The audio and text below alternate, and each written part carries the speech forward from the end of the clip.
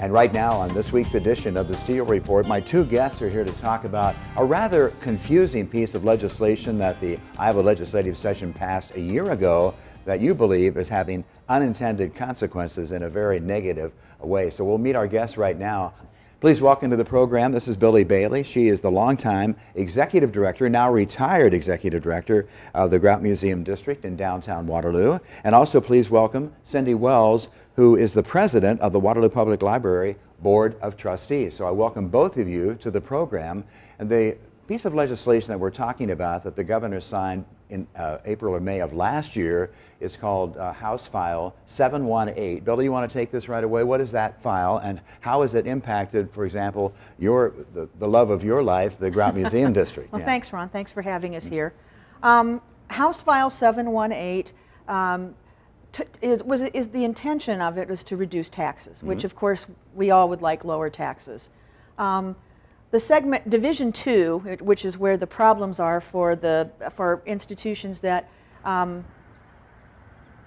were able to secure a voted levy, and that would include the Waterloo Library and the Grout Museum District. And what happens with those voted levies, they don't go away, they just get pooled into the city's general fund, and so it's no longer restricted to the use that the voters intended it for.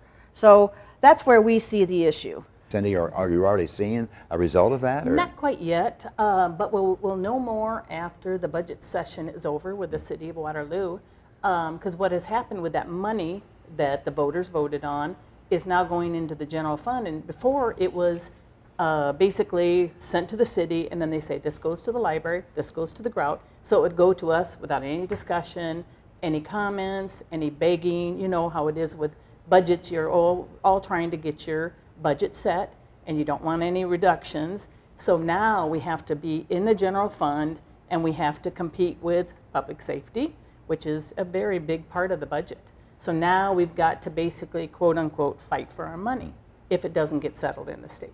So you say you've already talked with many of the legislators right here in this area, both Republicans and Democrats, and they all agree something needs to be done.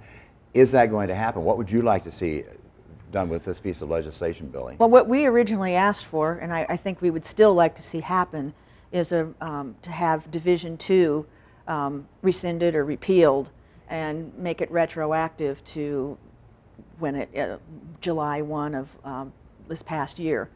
That would just keep the money in place and allow it to be used and sent to the entities that were to receive it in the past. I don't know if we'll be successful with that, but that is what we would like to see happen. When you're talking about the unintended consequences, and Cindy, I'll let you take this, just talking about the library, what are you looking at? Are you talking about having to lay off people, or what are some of the things that might happen if you don't get this remedy? Yep, that's right. That's the big part with this levy. If we don't have the levy funds, what will happen is right now, like I said, 25% of our budget is the levy money, and 100% of that levy money goes to salaries. So what we're going to have to do is cut right away if we get reduced for salaries, hours, and then there's a double effect of that. It actually hurts our accreditation. And a lot of people don't quite understand what that is, and they think it's just a fluff thing. Actually, what accreditation is for libraries is it shows the basic standard of a city our size and the library of our size of what it should be. So what we will do, if we lose this money, we will be reducing hours, and we'll have to go from a level 3 down to a level 1. And that will affect federal funding and state funding. So it's going to affect other funding too. It's not going to be just the levy. It's going to be a snowball effect. So have you had a chance to talk with the city and Mayor Hart in particular about this, and how does he feel about that? Yeah, we have. We actually met with him early on when we found out about this, when Billy and I realized that this had passed last April and signed in May, that we started talking to legislators. But the first people we did talk to was the mayor, and to ask them, what do you think is going to happen? And their first comments were, this isn't our fault. And I said, well, I know it's not, but we still have to know if we're going to get our funding that we need. You realize the amount of money that we're talking about is $750,000. Okay. We get every single year. The library's had it for 30 years, and the Grout gets the same amount, and they've had it since 2015.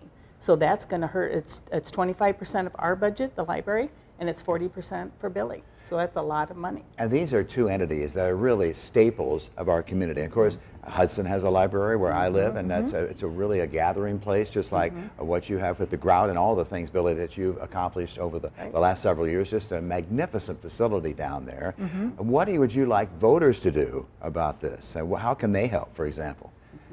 Well, we're going to be asking people to reach out to their legislators, and actually we're going to ask them to also reach out to the Ways and Means committees of both the House and the Senate, because that's where those bills emanated from, and just say, hey, we want our votes to count. We would like you to make sure that these voted levies stay in place to support the institutions and community assets that we, the voters, said we wanted to support.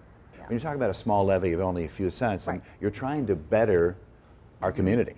That's the thing. I want you to talk about that a little bit, because this is something that really needs to stay in place just to keep them operating. Yeah. The one thing about it is quality of life. I mean, everybody knows that businesses will not come here. If they come here and there's a shell of a library, because that's what I think will happen if we lose $750,000 every year, and no Veterans Museum. What if in 2 years they have to close the Veterans Museum? So the quality of life will not be what we want it to be in Waterloo. And then, of course, you know what that snowball effect is, too. You know, the businesses. And, you know, like with the library, before we got the levy, we were closed weekends when families needed to be there. People that worked wanted to come in. The people that they're trying to help, veterans and seniors, we have a lot of seniors that use the library because they don't have a computer maybe at home. People that are trying to do their resume because they're looking for a job. It just affects lots of different people. And you know, President Reagan used the trickle down, you know, but it's true. It does trickle down, doesn't it, Billy? Yeah. It does. And for the museums in the state that have this levy, none of them are city entities. So while the library is being reduced by 25%, they will have their base covered by city taxes. The Grout and the other museums in the state that have this levy, that isn't the case. It's a big chunk of their base, and allows them to use that as the backbone for their grant writing or their fundraising with donors. You know, so that's a real concern and a real danger, is that we're going to lose a lot of the history and the heritage that we've got. I mean, the Grout, for instance, has collected over 2,000 veteran interviews since we began building that facility. What happens to those if we have to shut down the Veterans Museum? You know, what happens when we can't get the stories of the veterans that are, we've got some Vietnam veterans, but they're at the age now that when we started this, the World War II veterans were. You know, they're aging out, and we need to get as many of those stories as we can, because they're important stories. Yeah, we did the story just recently about the Ghost Army, which had several people from Iowa, and there were over 1,100 in World War II. Only 7 of them are still alive, and we've seen that with the honor flights that I've been on in the past. So the World War II veterans, you know, are going away, and we need to preserve that history, and that's what the Grout Museum, Bob Niemeyer particularly, has done so many interviews over the years to help push that along. So what, again, do you want to say to people who might be watching this who could have an influence on their particular legislator in their backyard? I think what they need to share with them is what will be coming up if we don't get the money. To explain a little bit about what our library was like 30 years ago, in 1993 is when we went for the levy, and that's how long we've held it. And we were open 38 hours. We should have been at that time be open 60 to 70 hours. Wow. So that's how bad it was, and that's what I'm talking about, a shell of a library. We are open, and the thing about the libraries in the state of Iowa, the state of Iowa requires that every city has to provide library services. If they don't have a library, then they have to provide open access, and they pay for that. So our size of city, we will always have a library. So our library will never close down, but required by the state is only 1 day a week. So it could go to that. Wow. So back then it was 38 hours. Now we're at 57. We were as much as 62, but over the years, the 30 years, the levy has grown. We got $330,000 the first year, and we were thrilled with the levy. Now we're up to $700,000. So that's how much it's grown, because of course right now we just don't know what the cuts are going to be. So the bottom line, you're asking people to contact your legislator directly and express your concerns about House File 718, which actually has been around now for almost a year, with the unintended consequences of reductions, which could have a big impact not only on the Grout and the Waterloo Public Library, but maybe the library right on your hometown as well. So more on the Steele Report coming up in just a moment.